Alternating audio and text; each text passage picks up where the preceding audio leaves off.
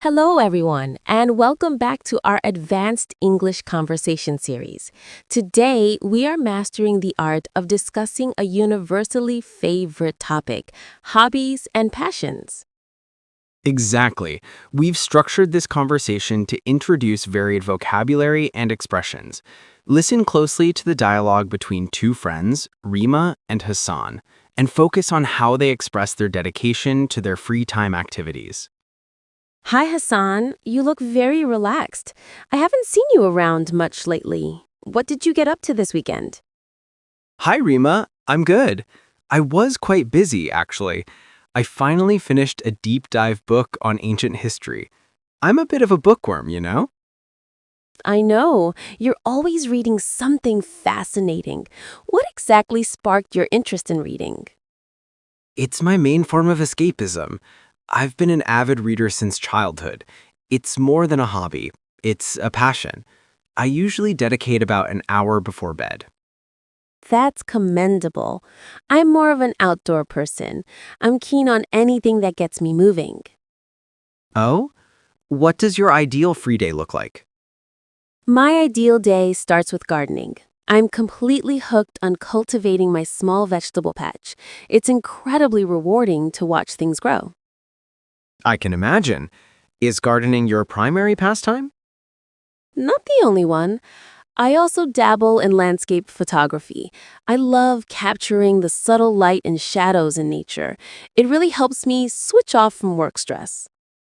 Photography and gardening. You have very creative outlets. Do you ever get a chance to share your passion with others? Occasionally, I belong to a local gardening club. We meet once a month to swap tips and seeds. It's a great way to socialize and network. That sounds productive. My only group activity is a weekend cycling club. We go for long, grueling rides every Sunday. It's a great way to stay in shape and clear my head. Cycling sounds intense. I admire your dedication. We should definitely try to catch up more often. Absolutely. I'll call you later this week. Take care, Rima.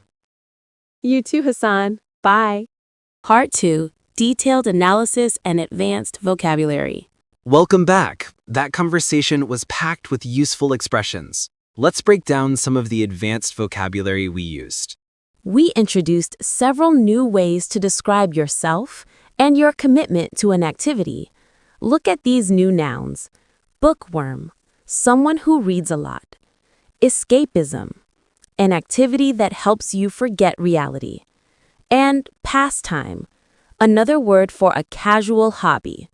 Now for the powerful verbs and phrases. To describe liking something, we said, I'm keen on and I'm hooked on. Both mean you are very interested in or addicted to an activity. Hasan said, I dabble in.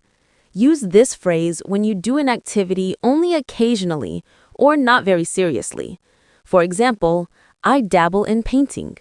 And to describe the benefit of the hobby, we used, it helps me to switch off, and it's a great way to stay in shape.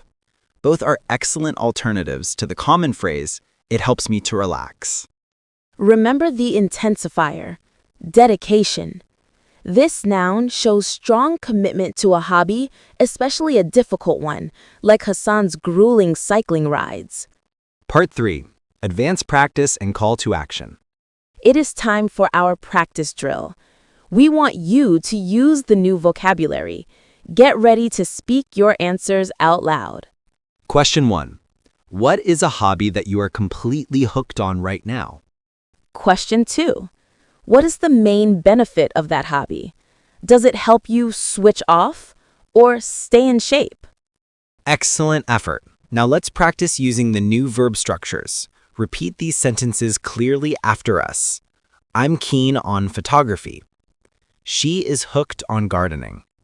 He only dabbles in cooking. By using these advanced expressions, you will sound much more fluent and natural in English. Try to use one new word from this video in your next conversation. That brings us to the end of today's lesson. If you enjoyed this deep dive into hobbies, please like and subscribe for more English mastery tips. See you next time. Good luck with your practices.